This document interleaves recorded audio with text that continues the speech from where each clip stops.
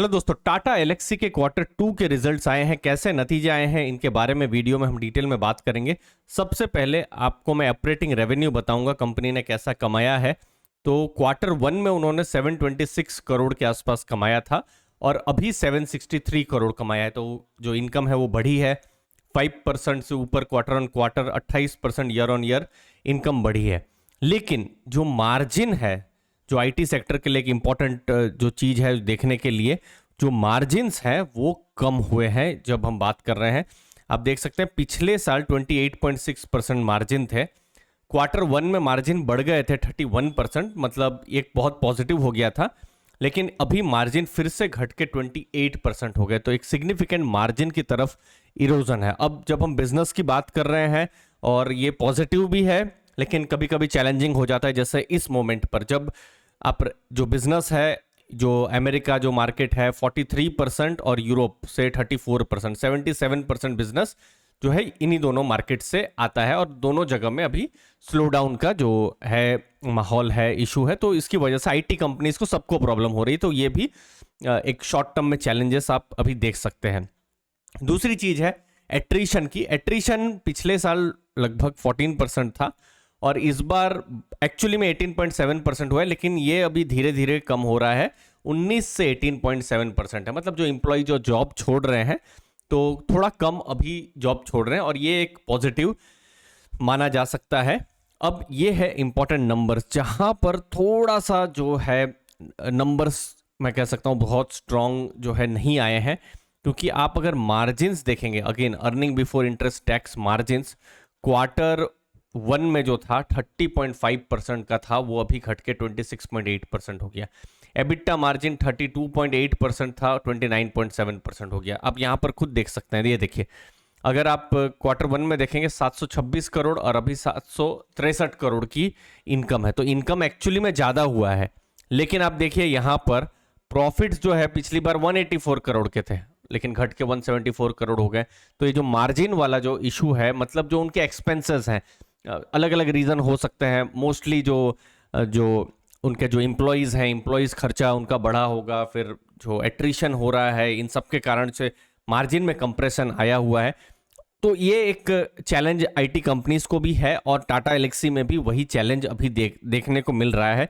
और अनफॉर्चुनेटली अगर हम कहें तो क्वार्टर 1 से क्वार्टर 2 में मैं देख रहा हूं कंपनियों की स्थिति थोड़ी थोड़ी सुधर रही है या फिर बिल्कुल वैसा ही है, लेकिन यहां पर स्थिति एक्चुअली में सुधरी नहीं है।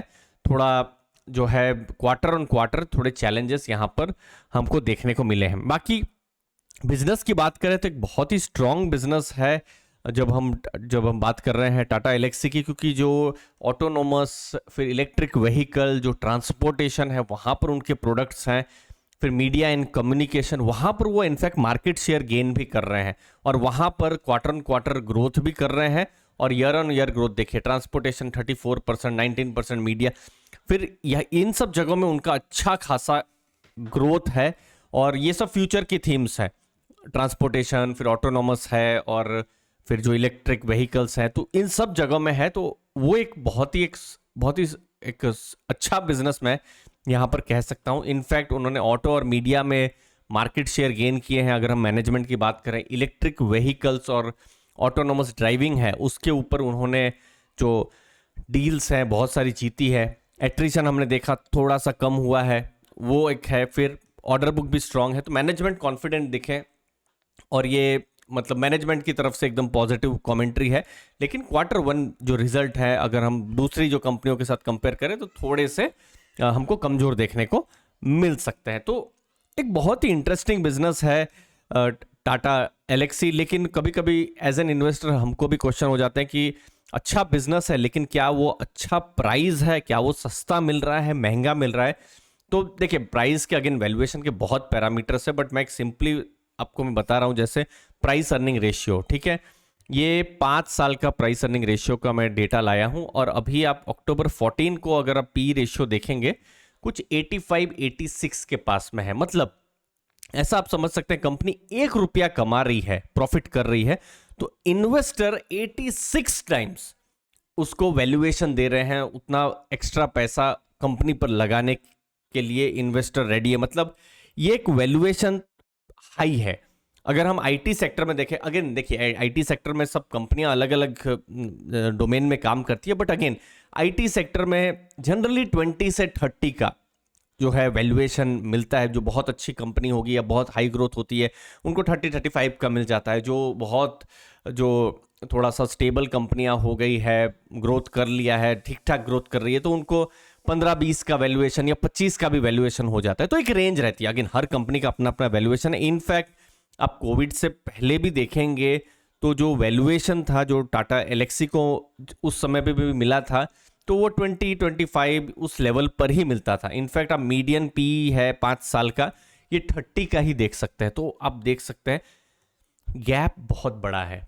मतलब दो चीज है, या तो प्रॉफिट्स जो है वो डबल हो, ट्रिपल हो, बहुत ज्यादा प्रॉफिट होने शुरू हो जाए, लेकिन वो तो एक क्वार्टर में नहीं होने वाला है, उसके लिए भी कम से कम 3-5 साल कुछ समय लगेगा। तो ग्रोइंग कंपनी है लेकिन सस्ती नहीं है। एज एन इन्वेस्टर मैं इसको जरूर ओन करना चाहूंगा, लेकिन क्या मैं अभी ओन करना चाहूंगा? तो मेरा उत्तर यहां पर ना है, क्योंकि आई थिंक स्टॉक प्राइस कुछ 8,500 के आसपास है जब मैं ये वीडियो बना रहा हूं। लेकिन एक करेक्शन आता है, पी रेशियो कम होता है, तो एटलीस्ट कुछ फिर एंट्री के बारे में सोचा जा सकता है, क्योंकि इलेक्ट्रिक व्हीकल, ऑटोनॉमस, ये सब कुछ एक लॉन्ग टर्म की थीम है जहां पर टाटा एलेक्सी बिल्कुल फिट बैठ रहा है। बट खासकर हमने देखा है कोविड के बाद से, जो अगस्त सितंबर 2020 से उनका प्राइस भी बढ़ा है।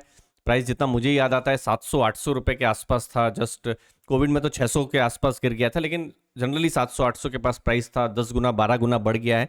तो 10 गुना 12 गुना प्राइस बढ़ा है, प्रॉफिट्स तो वैसा नहीं है ना कि 10 गुना बढ़ गए हैं। प्रॉफिट्स तो हमने देखा है पिछले साल से इस साल बढ़े हैं, तो इसीलिए एक अच्छा बिजनेस है। बट मुझे ऐसा लगता है कि मैं और वेट करना चाहूँगा इस बिजनेस में, खासकर जब अगर वैल्यूएशन कम होते हैं या फिर स्टॉक प्राइस नीचे गिरता है। नहीं तो विप्रो जैसा हमने अभी देख रहे हैं कि एकदम हाई वैल्यूएशन में इन्वेस्टर्स जो है वो इंटर कर गए थे लगभग 700 के आसपास में, लेकिन फिर 400, 408 और अभी ग्रोथ नहीं हो रहा है, तो बहुत सारे इन्वेस्टर थोड़ा फंस गए हैं, ऐसा है। तो इसीलिए वैल्यूएशन को भी रिस्पेक्ट करना जब हम मार्केट में होते हैं तो मुझे लगता है बहुत ज़रूरी होता है, और वही चीज़ हमको भी मानना चाहिए। बट आपकी क्या राय है ज़रूर बताइएगा, क्योंकि देखिए मार्केट में कोई बायर है तो कोई सेलर भी है।